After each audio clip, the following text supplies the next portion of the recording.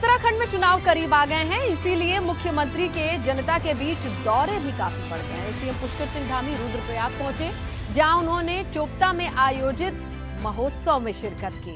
इस मौके पर सीएम ने कहा कि जखोली के दिगधार में सैनिक स्कूल का काम जल्द शुरू होने जा रहा है। इसके लिए राज्य सरकार ने 1 करोड़ की धनराशि जारी कर दी है।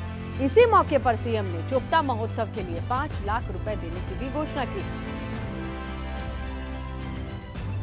शिलान्यास और लोकार्पण करने वाले हैं। निश्चित रूप से हम प्रधानमंत्री जी का धन्यवाद करना चाहते हैं कि जो उन्होंने यहाँ पर काम किया है। केदारनाथ जी में जो उनकी सोच, उनका विजन है, पूरी दुनिया भगवान केदारनाथ जी के दर्शन करे। आज इस प्रकार का भव्य स्थान उनके नेतृत्व में बनाया जा रहा है और सैकड़ों वर्षों में। उधर सीएम धामी बड़कोट के दौरे पर भी रहे। इस दौरान सीएम ने यमुना घाटी के नौगांव में आधुनिक कृषि मंडी और आराकोट में सेब भंडारण के लिए कोल्ड स्टोरेज की सौगात इस क्षेत्र को दी है। सीएम ने करोड़ों की योजनाओं का शिलान्यास और लोकार्पण भी किया।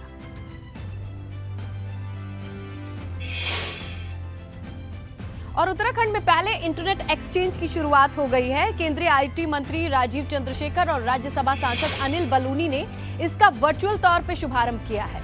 इस इंटरनेट एक्सचेंज को देहरादून के आईटी पार्क में लगाया गया है। इस मौके पर बलूनी ने कहा कि जिस तरीके से उत्तराखंड की भौगोलिक स्थिति है, ऐसे में हाई स्पीड इंटरनेट बेहद जरूरी है।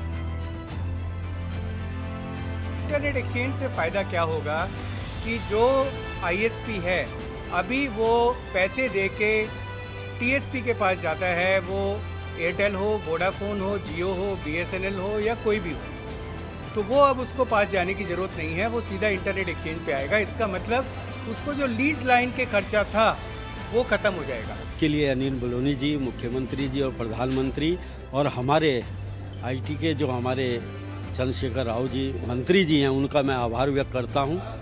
और सभी उत्तराखंड के जितने भी इंटरनेट से हमारा मीडिया जुड़ेगा, हमारे बच्चे जुड़ेंगे, हमारे स्वास्थ्य के कर्मी जुड़ेंगे, सब लोगों के लिए एक आज सौगात है।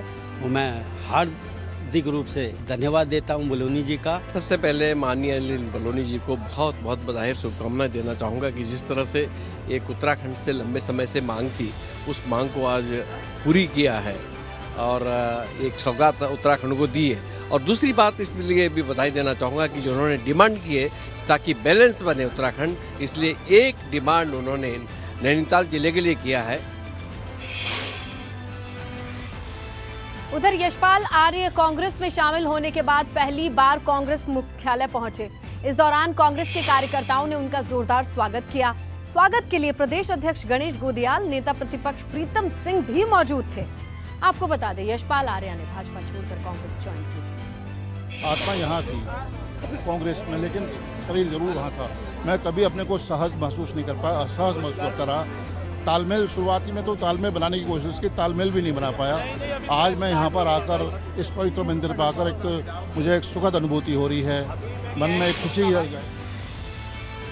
और आम आदमी पार्टी भी पहाड़ पर सियासी सरजमी तलाशने में काफी सक्रिय हो गई है। आम आदमी पार्टी ने रुड़की के मंगलौर में रोजगार गारंटी यात्रा निकाली। इस यात्रा में आप नेता कर्नल अजय कोठियाल शामिल रहे। रोजगार गारंटी यात्रा के जरिए आप आम लोगों के बीच जा रही है। इस दौरान एक तरफ आपकी नीतियों के बारे में जानकारी दी जा रही है, तो वहीं दूसरी ओर लोगों से सुझाव भी लिए जा रहे हैं।